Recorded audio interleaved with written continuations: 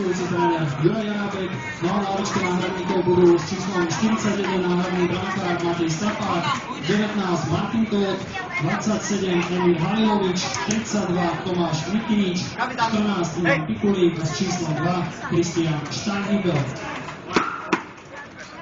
Domáca zostava MFK Skalica s číslom 21 Lukáš Hajdu.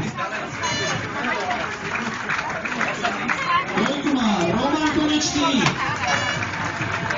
Šestku Lukáš Šveček. Číslo 7 Adrián Čermák.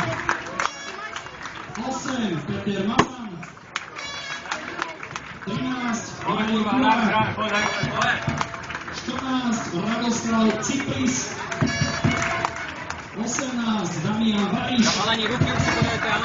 19 kapitán týmu Pavel Majerník s číslom 33 Michal Kašparík a 39 Ivan Lietava. To bola základná zostava, ktorú poslal na prvý polčas domáci kauč Aleš Kšeček, na lavičke náhradníkov s číslom 24 náhradný brankár Michal Lubač, s číslom 5 Peter Baško, 11 Daniel Ševesta, 12 Ľubomír Ulrich, 15 Ondrej Neoveský, 17 Igor Ševčík a 28 Martin Brablec. A ešte rozhodcovia, ktorí už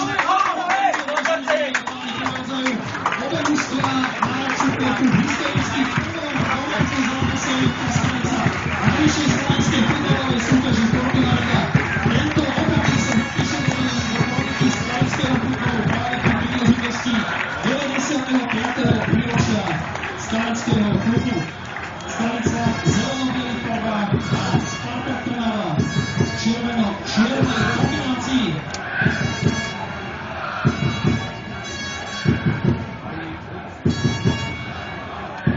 Tak rozhodcami dnešného stretnutia budú páni